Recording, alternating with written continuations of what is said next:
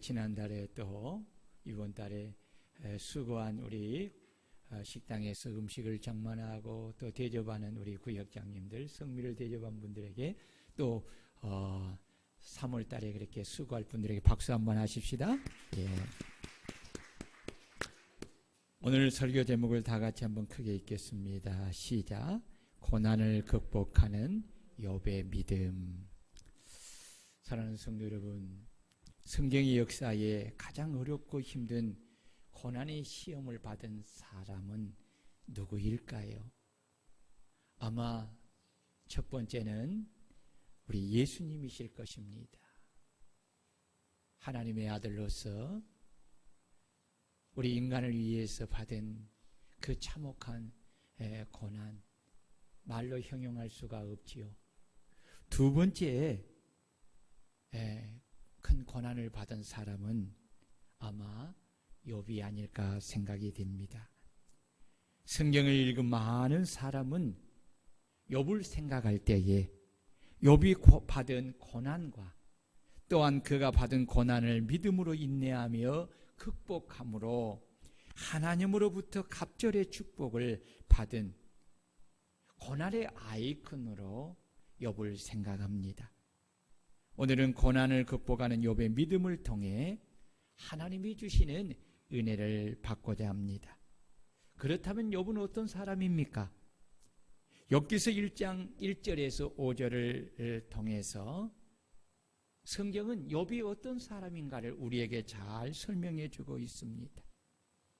우스 땅에 욥이라 불리는 사람이 있었는데 그 사람은 온전하고 정직하여 하나님을 경외하며 악에서 떠난 자더라. 그에게 아들 7과 딸 3이 태어나니라. 그의 소유물은 양이 7,000마리요 낙타가 3,000마리요 소가 500결이요 암나귀가 500마리며 종도 많이 있었으니 이 사람은 동방 사람 중에 가장 훌륭한 자라. 그의 아들들이 자기 생일에 각각 자기 집에서 잔치를 베풀고 그의 누이 3명도 청하여 함께 먹고 마시더라. 그들이 차례대로 잔치를 끝나면 욥이 그들을 불러다가 성결하게 하되 아침에 일어나서 그들의 명수대로 번제를 드렸으니 이는 욥이 말하기를 혹시 내 아들들이 죄를 범하여 마음으로 하나님을 욕되게 하였을까 함이라. 욥의 행위가 항상 이러하였더라. 더 놀라운 것은 하나님께서 친히 욥기서 1장 8절과 2장 3절을 통해 욥이 어떤 사람이며 욥의 믿음이 어떠함을 친히 증거해 주면서 이 욥기서 1장 1절에서 5절의 말씀을 확증해 주고 있다는 것입니다. 욥기서 1장 8절을 보면 여호와께서 사단에게 이르시되 내가 내 종 욥을 주의하여 보았느냐. 그와 같이 온전하고 정직하여 하나님을 경외하며 악에서 떠난 자가 세상에 없느니라 라고 그렇게 말씀을 하셨습니다. 참으로 욥은 온전하고 정직한 사람이었고 하나님을 경외하며 악에서 떠난 사람으로 하나님의 칭찬을 받을 만한 믿음의 사람이요 나무랄 데 없는 훌륭한 믿음의 사람이었습니다. 욥은 하나님께서 인정한 3사람이 있는데요. 그 3사람이 누구냐? 노아, 다니엘, 그리고 욥입니다. 예. 이 3사람 중에 한 사람이 바로 욥이라는 거지요. 이것은 욥이 어떤 사람인가를, 어떤 삶을 살았는가를, 어떻게 하나님이 인정하는가를 지금 증명해 주는 것이지요. 이런 그에게 상상하지 못한 혹독한 시련과 고난이 닥쳤습니다. 고난을 겪은 욥을 더 힘들게 하는 것은 아무리 생각을 해봐도 왜 자신이 이런 고난과 시련의 매를 맞는가를 알 수가 없다는 것입니다. 자신이 하나님께 어떤 잘못을 하여 죄를 범함으로 인하여 받는 징계의 고난이라고 한다면 그 고난을 당연한 것으로 인정하고 받아들일 수 있는데, 욥의 경우는 까닭 없이 이유 없이 고통을 당하는 것입니다. 욥은 까닭 없이 한순간에 양 7,000마리와 낙타 3,000마리와 소 500거리인 1,000마리와 암낙이 500마리의 많은 재산을 한순간에 다 빼앗기고 알거지가 되어버리고 말았습니다. 여러분, 여러분이 가진 그 작은 재산도 빼앗기고 알거지가 되면 어떻겠습니까? 그 마음에 그 아픔과 고통이 얼마나 크겠어요. 그리고 까닭 없이 그 많은 종들이 한순간에 죽임을 당합니다. 그래서 종들을 잃어버리고 맙니다. 더 가슴을 아프게 하는 것은 까닭 없이 자녀 10명이 맏형 집에서 잔치하던 중에 집이 갑자기 바람으로 인하여 무너져서 그 자리에서 몰사되어 죽었습니다. 이것은 욥의 고난이 한순간에 겹겹이 쌓여 자신의 힘으로 감당할 수 없는 고난입니다. 제가 오늘 설교를 준비하면서 계속 성령님께 기도했던 것이, 하나님, 이 욥이 당한 이 겹겹이 쌓인 이 고난의 그 마음을, 그 고통과 그 아픔과 그 슬픔과 그 참혹함의 그 마음을 이 성경의 말씀을 들을 때에 우리 성도들의 마음에 좀 전달될 수 있도록 해달라고 그렇게 기도를 했어요. 여러분, 우리가 남의 일이라고 생각을 하지만은 욥이 당한 고난의 크기가 얼마나 큰 것인가를 여러분의 마음에 좀 와 닿습니까?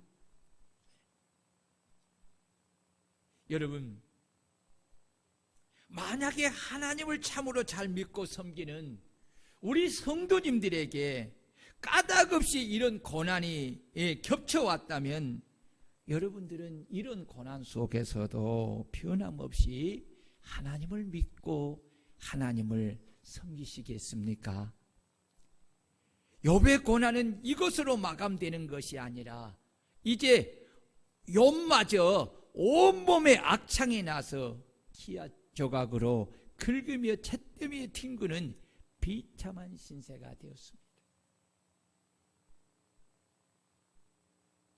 평생의 동반자가 되어 일평생을 서로 돕고 이해하며 살아가야 할 아내마저 하나님을 욕하고 죽으라고 그렇게 집을 나가버리고 맙니다. 어디 그뿐입니까? 정말 친하게 지냈던 그 친구들도 하나둘씩 떠나갑니다. 위로한다고 찾아와서 고작 하는 말이 무슨 말입니까? 위로가 아니라 오히려 그를 괴롭히고 조롱하는 꼴이 되고 말았습니다. 기껏 한다는 소리가 무슨 죄를 지었나 잘 생각해 보라는 것입니다. 왜요? 까닭 없이 이런 고난이 너에게 왔겠느냐? 아니라는 것입니다. 원인이 있기 때문에 결과가 있다고 그렇게 욥을 윽박지릅니다. 욥은 친구도 잃었습니다. 명예까지도 잃었습니다. 아무도 그를 추앙하고 존경하지 않습니다. 더욱 문제되는 것은 그가 가진 의까지 잃었다는 것입니다. 이 세상은 잘 살면 의인 대접받고 못 살면 죄인 취급받습니다. 건강하면 의인이고 병들면 병들어 고통을 당하면 정죄하려 드는 것이 이 세상 사람들의 습관입니다. 욥에게서 의가 다 사라지고 말았습니다. 의롭다 진실하다 말이 더 통하지 않게 되었습니다.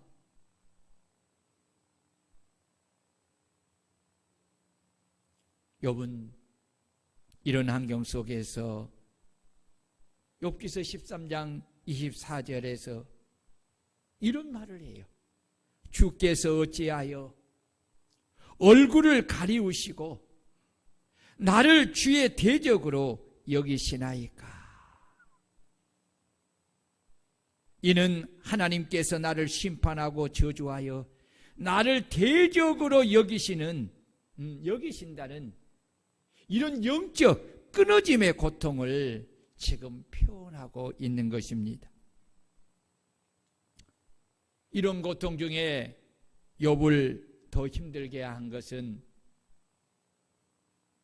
하나님께서 왜 자신에게 이런 고난과 고통을 주시는가에 대한 이유를 알 수 없다는 것입니다.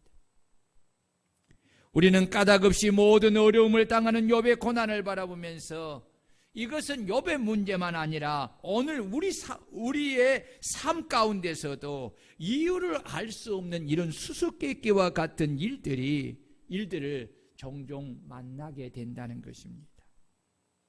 왜냐하면 욥이 고난 중에 깨달은 것이 하나가 있는데 그것이 오늘 본문의 13절, 14절입니다. 우리 한번 읽어봅시다. 시작. 하나님은 뜻이 일정하시니 누가 능히 돌이키라. 다 같이 크게. 하나님의 마음에 하고자 하시는 것이면 그것을 행하시나니 그런즉 내게 작정하신 것을 이루실 것이라. 이런 일이 그에게 많이 있느니라. 여기 이런 일이 그에게 많이 있느니라 라는 것은 하나님께서 자신에게만 이런 고난의 시험을 하는 것이 아니라 당신을 믿고 섬기는, 당신을 경외하는 후대의 믿음의 사람들에게도 동일하게 이런 시험을 하신다는 것입니다. 그러므로 우리는 우리보다 먼저 하나님을 경외하며 사랑하고 하나님에 대한 온전한 믿음으로 하나님을 섬겼던 욥이 자신에게 닥친 고난과 시련을 어떻게 믿음으로 극복하고 다시 모든 것을 회복하는 축복을 하나님께 받았는가를 살펴보면서 오늘 하나님이 우리에게 주시는 은혜를 받는 시간이 되시기를 축원합니다. 첫 번째, 사단은 모든 방법을 동원하여 성도들의 믿음을 무너뜨리려고 합니다. 욥기서 1장 7절을 보면 여호와께서 사단에게 이르시되 내가 어디서 왔느냐? 사단이 여호와께 대답하여 가로되 땅에 두루 돌아 여기저기 다녀왔나이다 라고 하였습니다. 여기서 말하는 땅은 이 세상을 말하는 거지요. 이 세상은 공중의 권세를 잡은 사단에게 일시적으로 허락된 그의 활동 장소입니다. 그러므로 이 땅에서 사단의 공격으로부터 피할 수 있는 것은 아무데도 없으며 그의 공격을 피할 자는 그 누구도 없습니다. 여기 두루 돌아다녔다는 말은 사단이 적극적인 활동성을 말하는데 땅 여기저기에 사는 사람들을 자세히 탐색하고 뒤졌다는 말입니다. 사단이 사람들에게 탐색하는 것은 그들의 재물을 빼앗고자 함이 아닙니다. 그들의 명예를 빼앗고자 함이 아닙니다. 그들의 건강함을 빼앗고자 하는 것이 아닙니다. 사단이 이곳저곳을 찾아 탐색하는 것은 오직 하나님을 경외하는 믿음을 빼앗아 무너뜨리고자 함입니다. 그 이유가 무엇일까요? 그 이유는 믿음에 영원한 생명이 들어있기 때문에 그렇습니다. 베드로 사도도 사단은 우는 사자와 같이 두루다니며 삼킬 자를 찾고 있다고 말씀했습니다. 그러니 사단의 공격은 그 누구도 피할 수가 없습니다. 심지어는 하나님의 아들이신 예수님도 광야에서 사단의 시험을 받으셨습니다. 주님은 베드로에게 사단이 너를 밀가부르듯 하려고 청구한다고 그렇게 말을 해 주었습니다. 욥기서 1장 8절을 보면 여호와께서 사단에게 이르시되 내가 내 종 욥을 유의하여 보았느냐 그와 같이 순전하고 정직하여 하나님을 경외하며 악에서 떠난 자가 세상에 없느니라고 하시며 사단에게 욥을 칭찬합니다. 욥을 칭찬하는 하나님의 말씀을 들은 사단은 그 말에 대해서 반론을 합니다. 여러분 보십시오. 오늘 우리가 성경을 이렇게 자세히 살펴보면 욥은 하나님은 욥을 내 종이라고 칭합니다. 내 사랑하는 자라고 그렇게 말을 하면서 욥을 자랑스럽게 이야기합니다. 하나님은 욥의 성품에 대해서 깊이 알고 계셨습니다. 하나님은 욥을 칭찬하시기를 그와 같은 자가 이 세상에 없느니라고 하였습니다. 이처럼 하나님은 믿음으로 사는 선한 사람들의 길과 행위에 매우 깊은 관심을 기울이시고 그것들을 지켜보신다는 것입니다. 그렇습니다. 하나님은 오늘 우리가 어떻게 하나님을 믿고 사랑하고 경외하며 어떤 마음과 자세로 하나님을 예배하며 섬기는가를 오늘도 이 시간에 자세히 살펴보고 계신다는 것입니다. 그리고 그에 따라서 칭찬과 책망을 하시는 것입니다. 그러므로 우리는 하나님이 비록 우리의 눈에 보이지 않는다 할지라도 안 계시는 것이 아니라 항상 우리와 함께 하시며 우리의 일거수일투족을 그리고 우리의 마음과 생각을 다 살피고 계심을 알고 실존하신 하나님 앞에서 욥과 같이 하나님을 사랑하고 경외하며 하나님을 순전한 믿음으로 믿고 섬김으로 하나님께서 사단을 향하여서 내가 내 종 욥을 유의하여 보았느냐 내 종 누구를 유의하여 보았느냐 그와 같이 순전하고 정직하여 하나님을 경외하며 악에서 떠난 자가 세상에 없느니라고 자랑스럽게 칭찬하는 오늘 저와 여러분들이 되시기를 주의 이름으로 축원합니다. 아멘. 하나님이 사단에게 오늘 저와 여러분들의 믿음과 그 행위를 칭찬을 할 수 있는 그런 믿음의 삶을 살아야 한다는 것입니다. 사단은 욥에 대한 칭찬을 들은 후에 하나님께 이렇게 말을 합니다. 사단이 여호와께 대답하여 가로되 욥이 어찌 까닭없이 하나님을 경외하오리까? 주께서 그와 그의 집과 그의 모든 소유물을 사늘로 두르심이 아니니까 주께서 그 손으로 하는 바를 복되게 하사 그 소유물로 땅에 널리게 하셨음이니이다 라고 말합니다. 여러분 여기서 우리가 사단이 하는 말 중에 우리의 마음에 새겨야 할 것이 있습니다. 담아야 할 것이 있습니다. 그것이 무엇입니까? 우리의 삶의 모든 복은 오직 하나님께서 주신다는 것입니다. 아멘. 이것을 사단이 인정한 것입니다. 사단이 복을 주는 것이 아닙니다. 사단이 와서 내게 절하라 그리하면 내가 천하만국을 너에게 주리라 라고 하는 것은 사단이 거짓말하는 것입니다. 우리에게 복을 준다는 말은 다 거짓입니다. 여러분 사단은 복을 주는 자가 아닙니다. 우리에게 해를 가하는 존재지 복을 주는 것이 아닙니다. 복은 오직 하나님만이 주시는 것인 줄 믿으시기를 축원합니다. 그래서 우리는 하나님만을 경배해야 합니다. 사단은 욥을 시기하여 이렇게 참소합니다. 사단은 욥의 경건의 근거와 실체성에 대하여서 의문을 제기했습니다. 어찌 까닭 없이, 어찌 연고 없이, 그 자신의 이익과 관계없이 하나님을 섬기겠습니까? 라는 말이지요. 사단은 하나님께서 칭찬하는 욥의 신앙은 하나님께서 그에게 복의 복을 베풀었기 때문에 욥이 하나님을 경외한다는 것입니다. 만약에 이제 하나님께서 손을 펴서 그에게 주셨던 모든 소유를 거두어 가시면 욥은 틀림없이 하나님을 향하여 욕하고 하나님을 저버릴 것입니다 라고 말을 합니다. 이런 말을 하는 사단의 의도는 사단이 하나님이 욥을 칭찬하고 인정하신 말씀을 부정하고 하나님이 사랑하는 욥을 어떻게 해서라도 그의 믿음을 무너뜨려 하나님을 저버리고 하나님을 욕하게 하기 위함인 것입니다.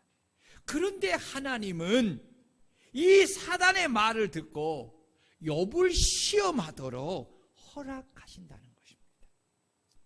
욥기서 1장 12절을 보면 여호와께서 사단에게 이르시되 내가 그의 소유물을 다 내 손에 맡기노라. 다만 그의 몸에는 내 손을 대지 말지니라. 사단이 곧 여호와 앞에서 물러가니라. 우리는 여기서 왜 하나님은 악한 사단에게 당신의 사랑하는 종이요 당신을 그토록 잘 섬기는 욥을 사단이 시험하도록 허락하였는가에 대하여 큰 의문점을 가지게 됩니다. 그러나 여기에는 우리가 알 수 없는, 그리고 악한 마귀가 알 수 없는 하나님의 크고 비밀한 뜻과 섭리와 계획이 있음을 우리는 성경을 통해서 알아야 합니다. 욥이 받는 고난으로 인하여서 더 귀하고 더 존귀한 믿음의 그릇으로 그를 만들어 더 크고 귀한 복을 그에게 주어 그를 통해서 하나님이 영광을 받으시기 위함이기 때문에 그렇습니다. 우리는 욥기서의 전체를 1장에서 42장을 통해서 우리는 이 결론의 답을 우리는 하나님을 통해서 알 수가 있는 것이지요. 욥을 참소한 사단은 하나님의 허락을 받고 욥을 무너뜨리기 위하여 온갖 시련을 겪게 하여 욥을 무너뜨리려고 하였듯이 사단은 오늘도 욥뿐만 아니라 하나님을 경외하는 신실한 믿음의 사람들을 에게 와서 그의 믿음을 무너뜨리기 위하여서 온갖 방법을 다 동원하여 역사한다는 것입니다. 그렇다면 사단의 공격을 받은 욥은 순식간에 많은 재물과 종들과 10명의 자식을 한꺼번에 잃어버렸습니다. 그리고 그 후에 그는 어떤 행동을 하였습니까? 만약에 욥이 사단이 하나님께 참소하는 말처럼 하나님께서 그가 하는 일에 넘치는 복을 주셨기에 그 조건으로 인하여서 하나님을 섬기는 신앙이었다면 욥은 사단의 시험으로 조건이 무너졌기에 욥은 사단이 말한 것처럼 틀림없이 주를 향하여 욕하며 하나님을 떠났어야 합니다. 그러나 욥의 믿음은 이런 조건에 의한 믿음이 아니라 하나님을 자신의 절대적 주권자로 믿는 믿음이었기에 그 감당할 수 없는 큰 시험 중에서도 그 시험을 허락하신 하나님을 예배하고, 누구를 예배했다고요? 자신에게 그 어려운 시험을 허락하셨던 그 하나님을 예배하며 그 하나님이 자신의 주권자이심을 인정하고 그 하나님의 이름을 찬송하며 영광을 돌렸다는 것입니다. 욥기서 1장 20절에서 22절의 말씀은 이렇습니다. 욥이 일어나 겉옷을 찢고.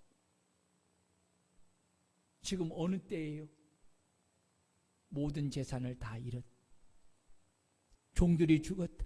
사랑하는 10명의 자식이 한꺼번에 죽었다는 소식을 들은 후에 욥이 일어나 겉옷을 찢고 머리털을 밀고 땅에 엎드려 예배하며 이르되 내가 모태에서 알몸으로 나와 싸운즉 또한 알몸이 그리로 돌아가올지라 주신 이도 여호와시요 거두신 이도 여호와시니 여호와 이름이 찬송을 받으실지니이다 하고 이 모든 일에 욥이 범죄하지 아니하고 하나님을 향하여 원망하지 아니하니라. 여러분, 이것이 바로 욥이 가진 믿음입니다. 욥은 하나님이 가진 절대적 주권을 인정하는 믿음을 가졌기에 이 엄청난 고난과 시련과 슬픔과 절망과 고통 속에서도 어리석게 원망하거나 불평하지 않고 자신이 입은 겉옷을 찢고 머리털을 밀므로 자신이 당한 고난과 슬픔과 시련과 절망의 고통을 표시하면서도 그는 땅에 엎드려 하나님을 예배하며 하나님이 자신의 주권자이심을 여전히 인정하고 자신이 당한 일로 인하여 여호와 이름이 찬송을 받으실지니다라고 자신의 하나님의 이름을 찬송하며 영광을 돌렸다는 것입니다. 여러분, 욥이 이렇게 하나님을 예배하고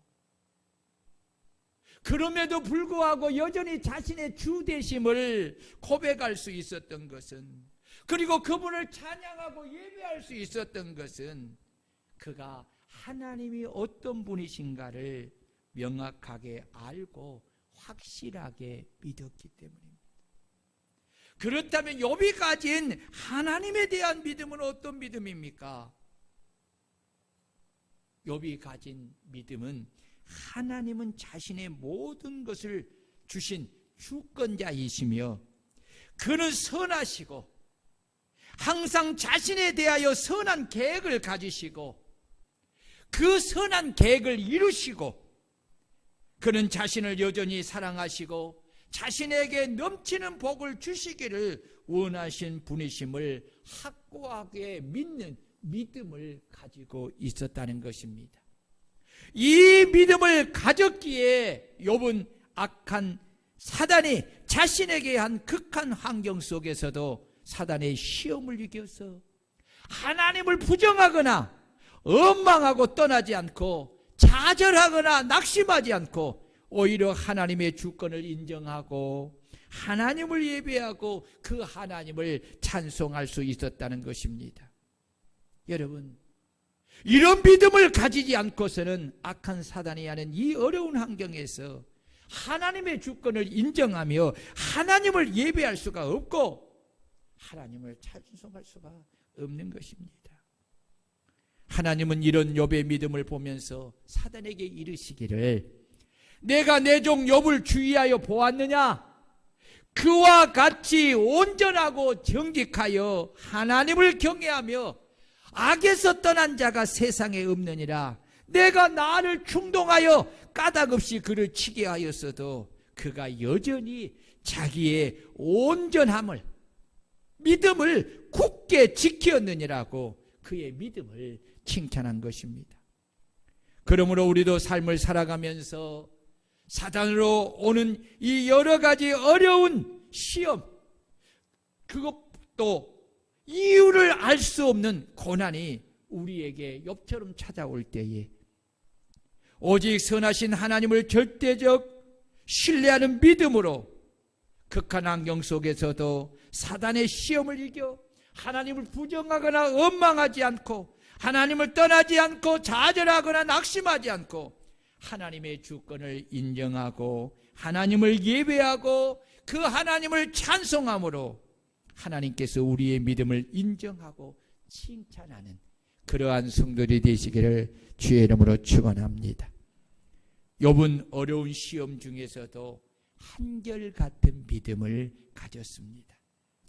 악한 사탄은 자신이 한 시험이 실패하자 하나님께 욥의 믿음을 부정하면서 하나님께 또 이렇게 말을 합니다.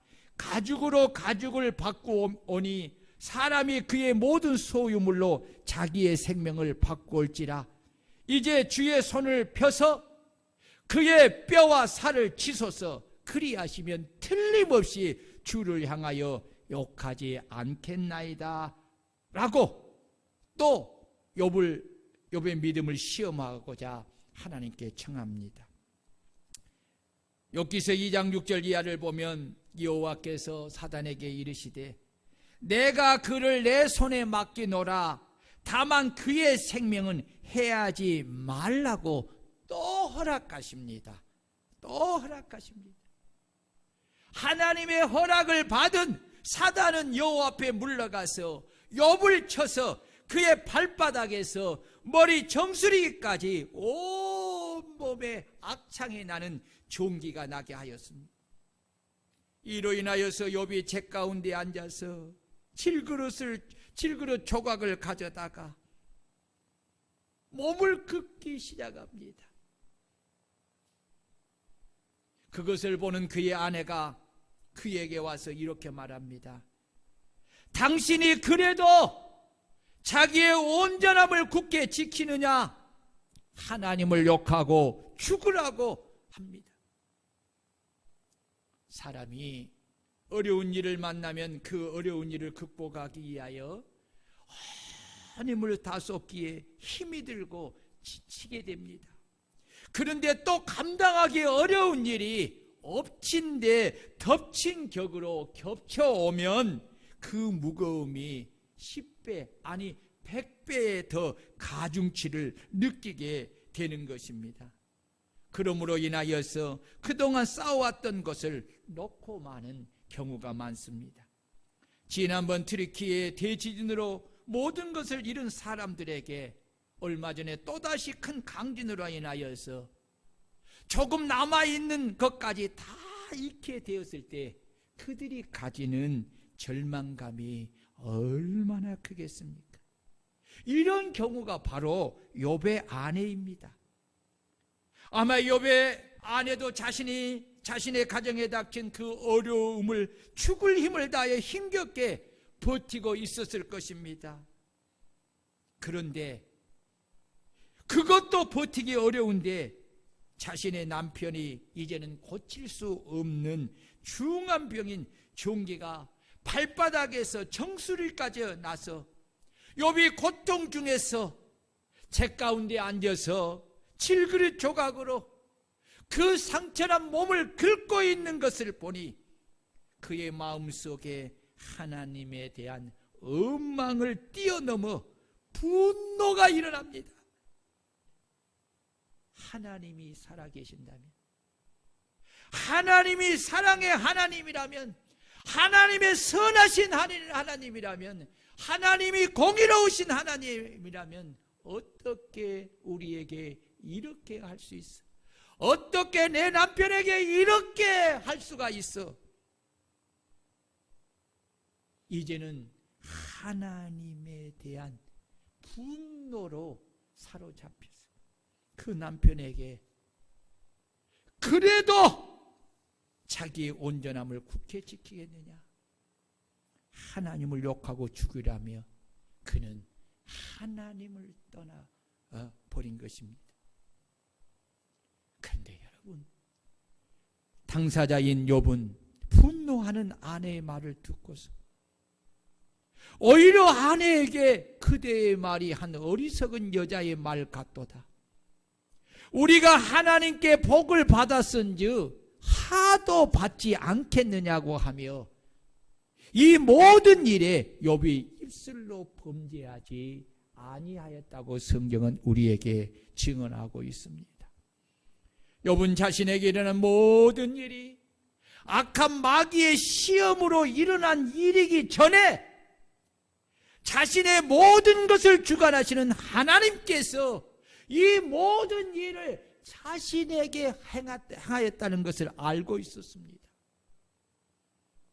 이러함에도 불구하고 욥은 하나님께서 두 번째 자신에게 내리신 그 질병으로 인하여서도 입술로 범죄하지 않고 오히려 여전히 하나님의 주권을 인정하는 것은 그의 믿음의 근원이 바로 선하시고 좋으신 하나님, 언제나 자신을 사랑하고 복주시기를 원하시는 하나님이심에 대한 절대적인 믿음을 두었기 때문입니다. 그래서 욥은 사단의 시험으로 오는 두 번째 어려움 시험 중에서도 그의 믿음이 무너지지 아니하고 한결같은 믿음을 유지했습니다. 여러분, 그래서 제가 여러분들에게 그런 이야기 하잖아요. 좋을 때 하나님에 대하여서 세 가지를 마음에 새기고 있으라. 성경의 믿음의 사람들, 이 고난과 이 역경 속에 있던 사람들, 히브리 11장에 나오는 믿음의 사람들이 다 하나님을 잘 섬기는 사람들인데 그들의 삶이 우리가 생각하는 것처럼 순탄하고 평탄한 길을만 살아가는 것이 아니에요. 감당할 수 없는 욕과 같은 시험을 겪은 사람들이 너무너무 많아요. 그런데 그들이 그런 환경 속에서도 믿음을 저버리지 않고 하나님을 끝까지 믿고 섬김으로 복을 받았던 이유는 그들이 세 가지, 하나님에 대하여서 세 가지의 믿음을 잃지 않고 그 믿음을 간직하고 그 믿음 안에서 그 시험을 이겼기 때문에 그들은 이길 수 있었고 승리하여서 복을 받은 것입니다. 여러분, 우리가 욥기서를 쭉 읽어보면 욥이 이런 믿음을 유지하고 있음에도 불구하고 하나님에 대한 갈등과 번민이 없었던 것은 아닙니다. 없었던 것이 아닙니다. 그러나 그 갈등으로 인하여서 욥의 믿음이 무너지지 않았다는 것입니다. 오히려 시험이 가중될수록 그 믿음이 더 성숙하고 더 성결하고 더 확고하고 더 겸손해지고 더욱더 연단된 큰 믿음을 소유하게 되었다는 것입니다. 히브리서 13장 8절에 보면 예수 그리스도는 어제나 오늘이나 영원토록 동일하시느니라고 하였습니다. 이 세상에 변하지 않는 것은 아무것도 없습니다. 젊음도 변하고 인심도 변하고 생활 방식도 변하고 유행도 변하고 번세도 변하고 강산도 변합니다.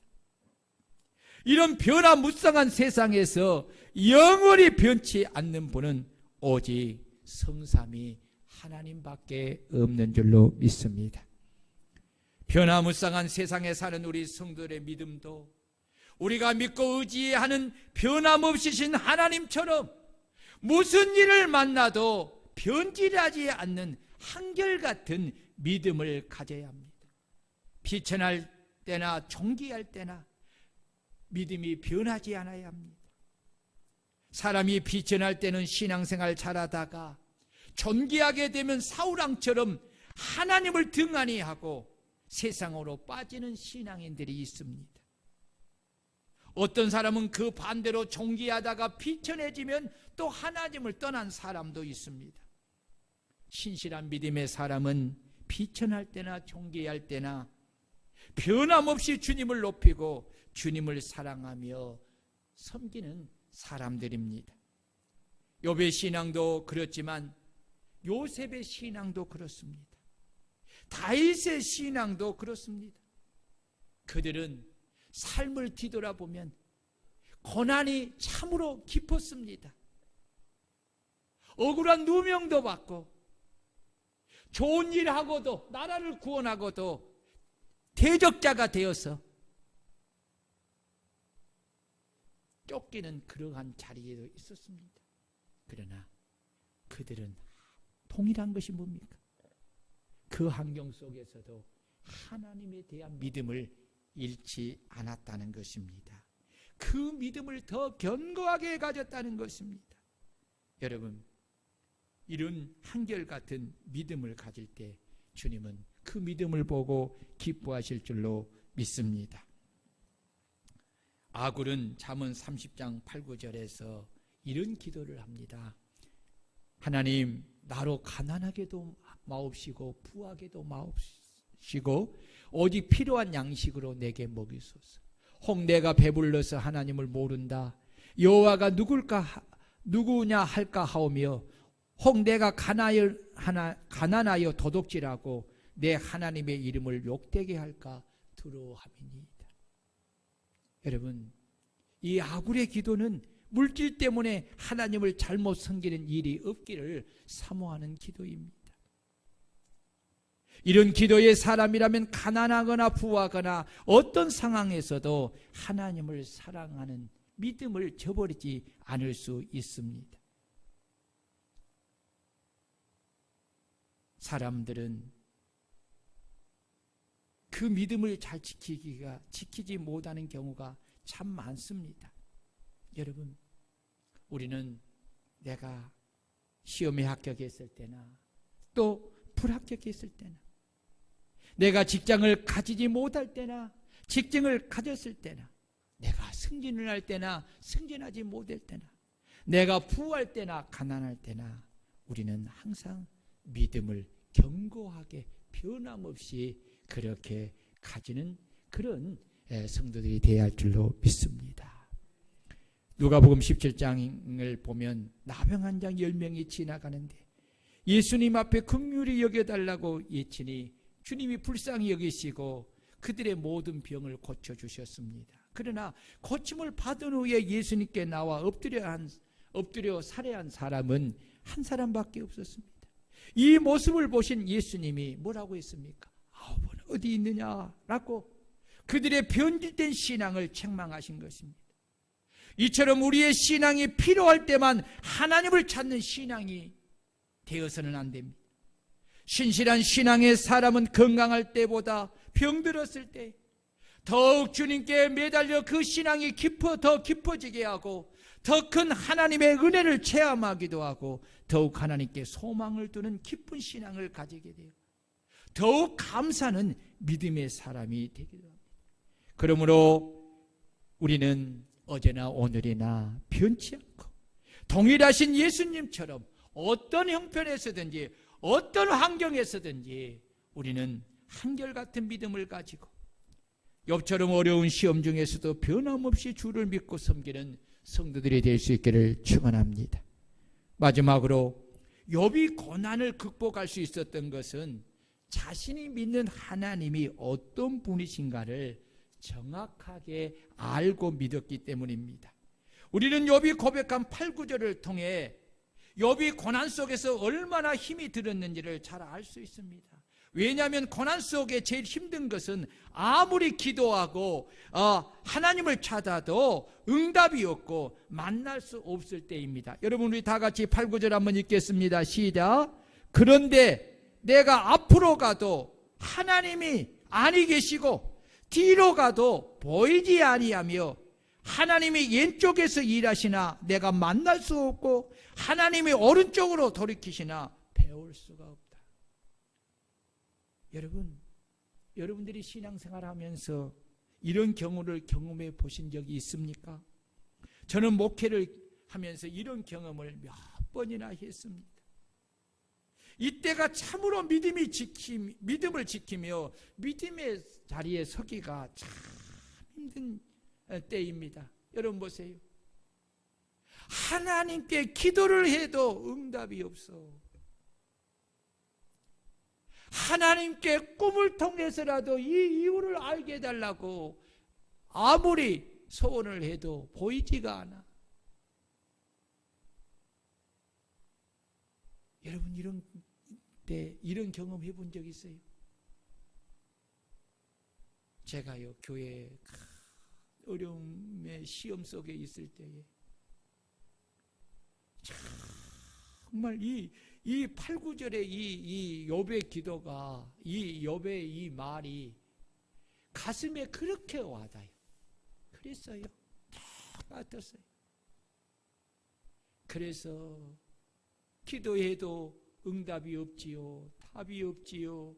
뭐 환상으로도 꿈으로도 그렇게 잘 때에 따라서 보여주시고, 그런 분이 하나님이 아무런 응답이 없는 거예요. 그래서 낮에는 기도하고 사모님이랑 둘이 너무 답답하니까 서울대공원 그 호수에 그 뚝에 앉아서 산을 바라봤는데, 그때는 청계산인지도 몰랐어. 우리 여기 청계산이. 그 청계산, 지금 보니까 청계산이야. 지금. 그 추위 속에서 거기 앉다 보면요, 추위인지도, 추위가 느낌도 없어. 마음이 하도 그러니까. 근데 신기하지요. 음성 없는데 눈에 눈물이 쫙 나. 그럴 때 있잖아요. 그 멍하게 그거 쳐다보는데 그 눈물이 쭉 나. 그러면 그 허전한 마음, 달릴 길을 올 수 없는 그 마음이 평안해져. 위로가 와. 그러면 그때서 이제 내 의식을 느껴주면서 추워. 그래서 다시 집에 오고, 그런 날을 몇 달을 한 줄 몰라요. 몇 달을. 오늘 이 욥이 바로 그랬다니까요. 여러분들이 하나님을 잘 섬기고 이렇게 하나님 앞에 기도하고 하나님을 그렇게 사랑하고 충성하면서 그렇게 섬겨오는데도 내가 기도한 것이 응답되지 않고 내 삶의 어려움이 계속 그렇게 머물러 있을 때에 여러분 마음이 얼마나 답답해. 그때에 우리는 하나님을 떠날 수 없기에 하나님을 찾잖아요. 그때 하나님이 내게 한 말씀만 해준다 해도 나는 소원이 없는데, 꿈이라도 한번 그렇게 계시적으로 꾸게 해주신다면 소원이 없는데, 아니면 한 상으로라도 한번 그렇게 터치해 주시면 소원이 없는데, 아무리 찾아도 답이 없는 그때에 여러분의 마음이 참 힘들잖아요. 그런데 여러분, 이때에 또 우리가 낙심하지 않고 하나님을 바라봐야 합니다. 아멘. 왜 그렇습니까? 왜 그렇습니까? 하나님이 죽어서 대답 못하는 것이 아니에요. 하나님이 듣지 못해서 응답하지 않는 것이 아니에요. 보지 못하여서 도와주지 않는 것이 아니에요. 하나님은 이 고난을 통해서 나를 연단하여 정금같이 빚지고 있기 때문에, 아직 순금이 되지 않았기 때문에 지금 조금만 더 기다리라고 그렇게 지금 후원하면서 여러분, 성령이 우리의 연약함을 아시고 여러분이 정말 힘들어서 기도하지 못할 때 우리 성령님은 말할 수 없는 탄식으로 우리를 위해 중보하며 기도한 줄 믿으시기를 바랍니다. 우리 주님이 하나님의 보좌 우편에서 우리를 위해서 여러분 눈물로 기도하는 것을 여러분 깨달을 수 있기를 주의 이름으로 축원합니다. 10절을 보세요. 여기에 답이 있어요. 여기 답이 있어요. 시작. 그러나 나의 가는 길을 그가 아시나니. 자, 거기에 자기 1인칭으로 자기 이름을 넣어서 한번 해봅시다. 시작. 그러나 김강호가 가는 길을 하나님이 아시나니. 하나님이 김강호를 단련하신 후에 김강호가 순금같이 되어 나오리라. 아멘. 자, 13절 14절 한 번 더 합니다. 자, 시작. 하나님은 뜻이 일정하시니 누가 능히 돌이키라. 하나님의 마음에 하고자 하시는 것이면 그것을 행하시는지, 그런즉 김강호에게 작정한 것을 이루실 것이랴. 이런 일이 하나님에게 많이 있느니라. 아멘. 여러분, 욥이 이 믿음을 가졌기에 그 고통 중에서도, 그리고 누가 뭐라고 자신을 평가하고 대하여도 그것에 동요하지 않고 자신의 가진 믿음을 따라 삶을 살았습니다. 어떤 삶을 살았습니까? 11절 12절입니다. 11절 12절. 자, 자기 이름을 넣어서 1인칭으로 시작. 김강호의 발이 하나님의 걸음을 바로 따랐으며 김강호가 하나님의 길을 지켜 치우치지 아니하였고 김강호가 하나님의 입술의 명령을 어기지 아니하고 정한 음식보다 하나님의 입의 말씀을 귀히 여겼도다. 아멘. 여러분, 이러한 삶이 바로 내 자신에게 닥친 고난의 풀무불에서 단련되어 순금으로 나오는 비결인 것입니다. 하나님이 정하신 뜻은 일정하시기에 그 누구도 돌이킬 수가 없습니다.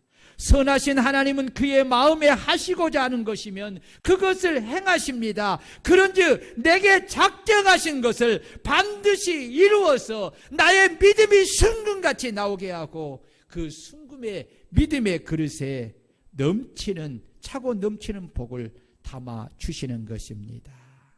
여러분 믿습니까?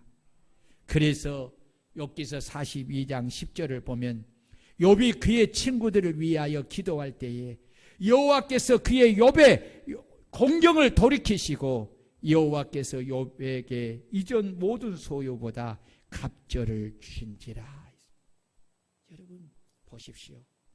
하나님이 욥의 믿음을 그 고난의 풀무불 속에서 정금같이 순금같이 완전히 100% 그렇게 깨끗하게 하신 후에 그 그릇에 하나님이 이전의 복보다 여러분 갑절이나 복을 더해 주신 줄로 믿습니다. 아멘. 그뿐만입니까? 끊어졌던 형제와 자매들이 관계가 회복됩니다. 친구와 이웃의 관계가 회복됩니다. 그리고 그가 잃었던 10 자녀들을 다시 하나님이 아들 7과 딸 3을 주었는데 모든 땅에서 욥의 딸처럼 아름다운 여자가 없는 복을 주셨고 그 후에 욥은 140년을 살며 아들과 손자 4대를 보았고 늙어 나이가 차서 평안히 죽었다고 그렇게 말하고 있습니다. 여러분 보십시오. 오늘 히브리서 13장 7절에는 이렇게 결론을 짓습니다. 하나님의 말씀을 너희에게 이루고 너희를 인도하던 자들을 생각하며 저희 행실의 종말을 주의하여 보고 저희 믿음을 본받으라. 여러분 오늘 우리가 욥의 믿음을 본받아야 할 줄로 믿습니다. 사랑하는 여러분, 하나님이 살아계심을 믿습니까? 하나님이 내 삶의 모든 것을 여전히 주관하시는 주권자이심을 인정하십니까? 하나님이 여러분을 사랑하심을 믿습니까? 그리고 여러분들을 고난 속에서도 단련하여 시련으로 단련하여 순금같이 나와 욥과 같이 공경을 돌이키고 모든 것을 갑절로 회복하는 축복을 주고 그것을 평생 남은 생에 평생 누릴 수 있는 축복을 주시는 하나님이신 줄 믿습니까? 오늘의 좀 고난이 힘들고 좀 남보다 길어진 것이 견디기가 힘든달지라도 여러분 나를 향한 하나님의 사랑을 의심하지 마세요. 나를 향하신 하나님의 선하심을 여러분 부정하지 마세요. 하나님, 나를 사랑하시는 하나님, 나를 향하신 선하신 계획을 가지신 하나님이 선한 뜻에 의하여 내게 이 고난을 허락했으니 여러분 믿음으로 잘 인내하며 연단하여서 욥과 같이 순금 같은 믿음을 가지고 욥의 축복을 받는 저와 여러분들이 되시기를 주의 이름으로 축원합니다. 우리 다 같이 말씀을 보고 통성으로 기도하시겠습니다.